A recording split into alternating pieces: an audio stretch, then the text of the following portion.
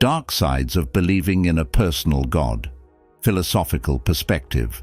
In the enormous expanse of human consciousness, the belief in a personal God often stands as a pillar of faith, solace, and moral compass. For countless individuals, this belief offers a deep connection to the divine, a sense of purpose and guidance through life's challenges. However, like all profound concepts, the notion of a personal God invites philosophical scrutiny, revealing layers that stretch beyond comfort into realms of complexity and potential limitation. Throughout history, philosophers, sages, and spiritual seekers have pondered the essence of divinity and the consequences of attaching human traits to the infinite.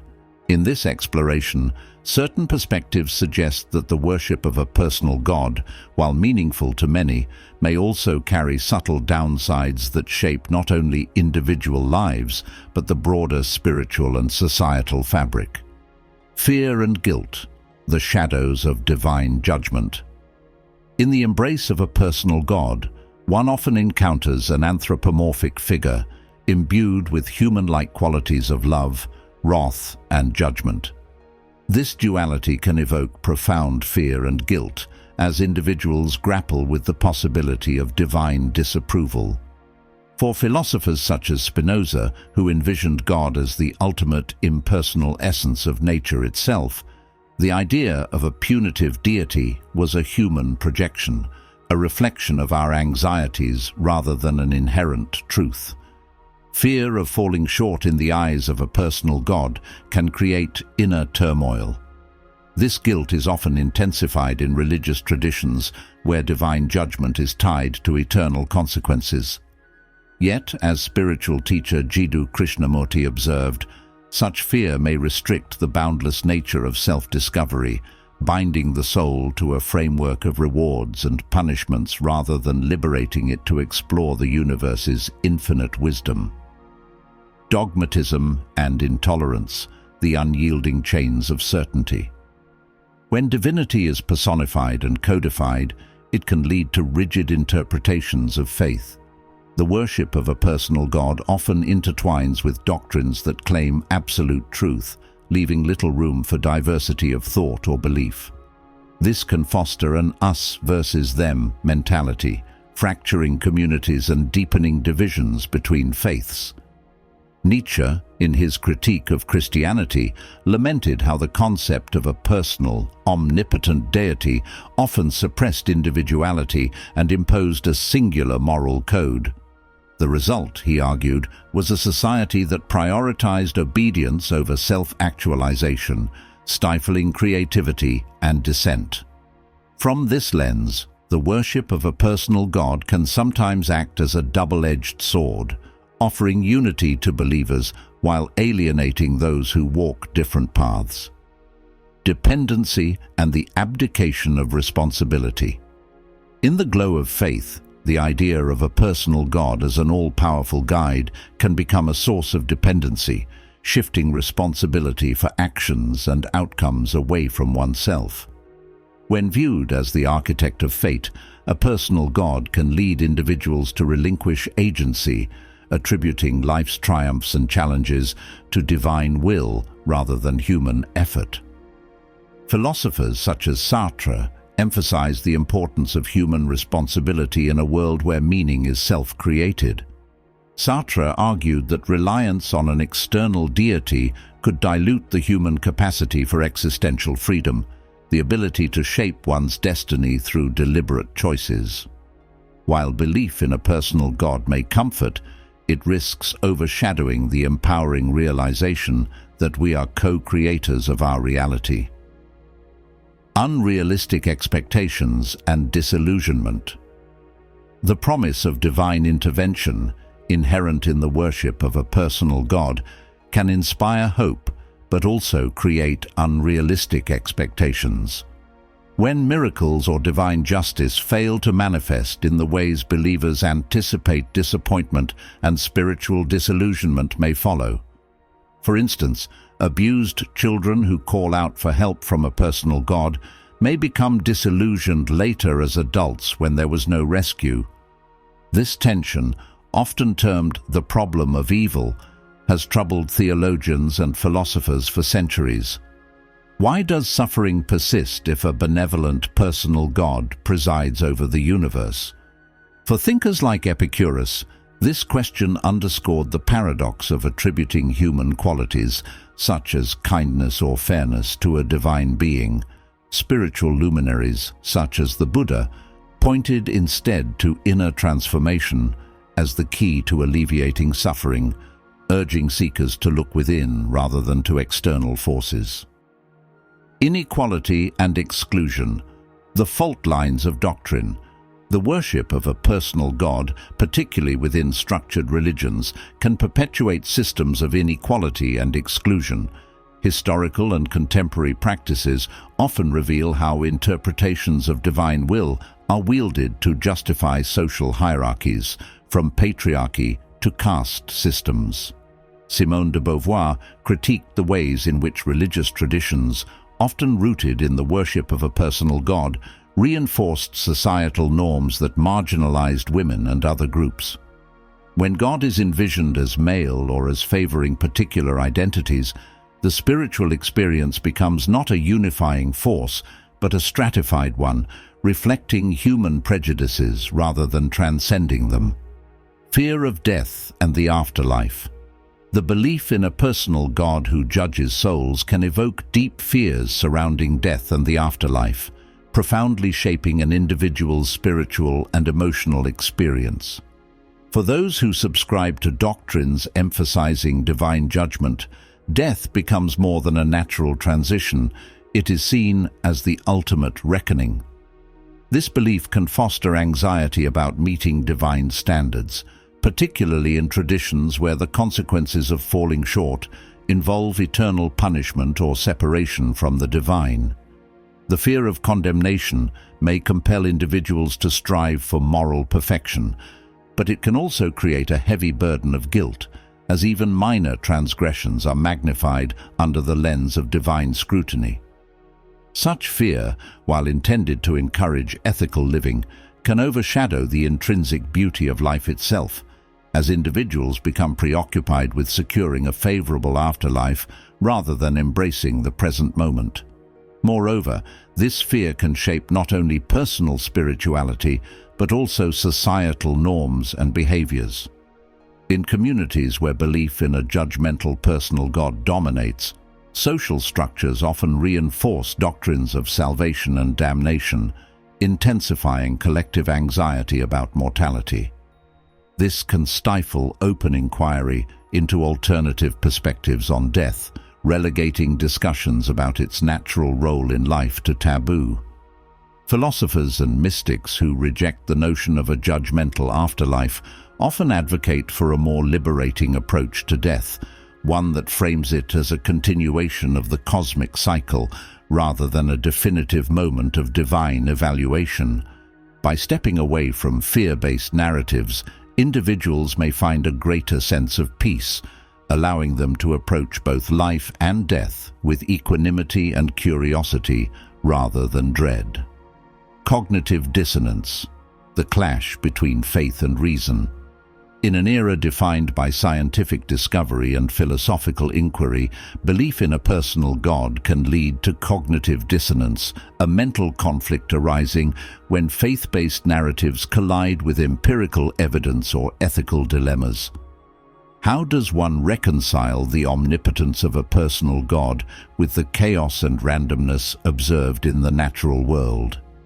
The Enlightenment thinkers, such as Voltaire and Hume, questioned the rationality of attributing worldly phenomena to an anthropomorphic deity.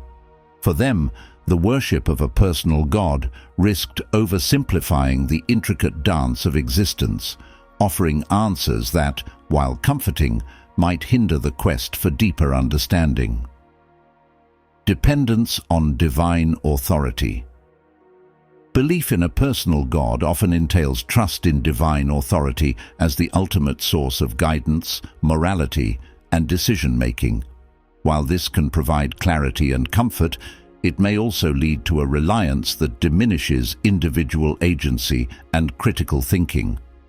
By placing divine will above human reason, individuals may forgo the intellectual and ethical effort required to navigate complex decisions independently. Instead of engaging deeply with moral dilemmas or exploring the nuances of diverse perspectives, they might defer to religious doctrines or interpretations, assuming these to be infallible. This dependence can stifle intellectual curiosity, as questions that challenge established beliefs may be discouraged or seen as acts of defiance. Over time, such reliance on divine authority can limit the development of personal discernment and critical thinking, undermining an individual's ability to adapt to the evolving complexities of life.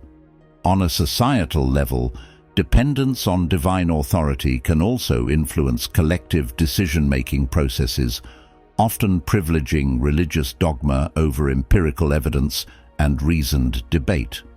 This can manifest in public policies or cultural norms shaped primarily by theological interpretations, even when they conflict with scientific advancements or human rights principles. Historically, this has sometimes led to resistance against progress in areas like medicine, education, and social justice, as adherence to divine authority was seen as paramount. Philosophers such as Immanuel Kant argued for the primacy of human reason, asserting that moral and ethical frameworks should be derived from rational principles rather than external commands. Emphasizing critical thinking and human responsibility allows individuals and societies to evolve, fostering innovation and compassion untethered to the constraints of rigid, divinely attributed rules. By balancing reverence for the sacred with the exercise of reason, humanity can transcend the limitations of dependence and fully embrace its potential. Potential for manipulation by authorities or institutions. The concept of a personal God, particularly when tied to specific doctrines or religious systems, holds immense influence over the beliefs and actions of individuals.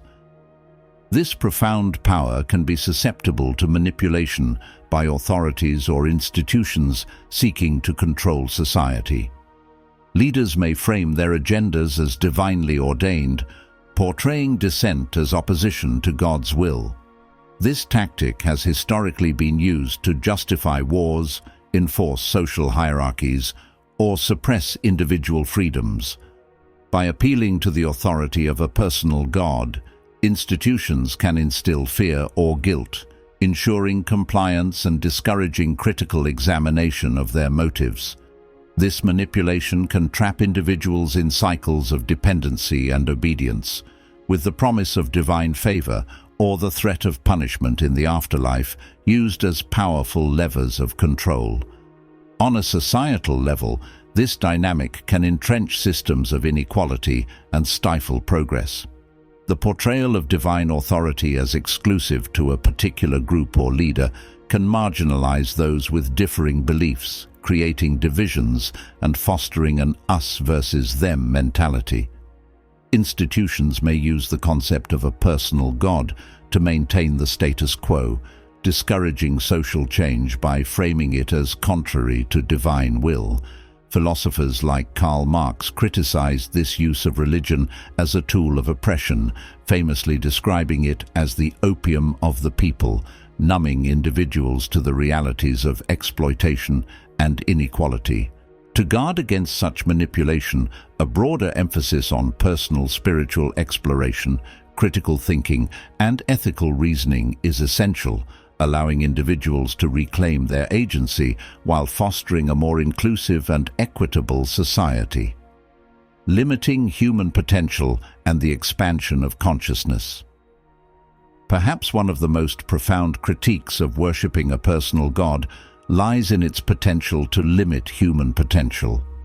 When achievements are ascribed to divine intervention, the full scope of human creativity, resilience, and ingenuity can be diminished. Carl Jung, in his exploration of the psyche, suggested that divinity resides within as an archetype of the collective unconscious. For Jung, True spiritual growth arises not from external worship, but from integrating the divine aspects of the self. This inward journey empowers individuals to transcend limitations, embracing their role as co-creators of the cosmos. Towards a universal spirituality. The critiques offered by philosophers and spiritual thinkers do not necessarily negate the value of faith or the search for the divine. Rather, they invite us to expand our understanding of God beyond personal attributes, exploring a more universal spirituality. The ancient Vedic sages spoke of Brahman not as a personal deity, but as the ultimate reality, an infinite essence that permeates all existence. This impersonal concept of divinity emphasizes interconnectedness and the transcendence of dualities, encouraging seekers to look beyond anthropomorphic definitions of God. Similarly, mystics like Rumi and Meister Eckhart found divinity not in rigid doctrines, but in the boundless flow of love and being. Their teachings echo the idea that God is not an external figure to be worshipped, but the very fabric of existence, accessible through introspection and unity with the cosmos. Embracing the infinite. The worship of a personal God, for all its challenges, reflects a deep human yearning for connection and meaning. It is a testament to our desire to anchor ourselves in a universe that often feels vast, unknown, and unknowable. Yet, as the philosophers remind us, this yearning need not be confined to the framework of a personal deity. By questioning, exploring, and transcending, we open ourselves to the infinite, a divine reality that is not separate from us, but interwoven with every breath, every star, and every thought. In this expansive vision, the limitations of a personal God dissolve, leaving behind the pure essence of existence, shimmering with boundless possibility. In the words of Rumi, "Out beyond the ideas of wrongdoing and right-doing there's a field, I'll meet you there." Here lies the invitation, not to abandon belief, but to let it evolve into something vast, inclusive, and free.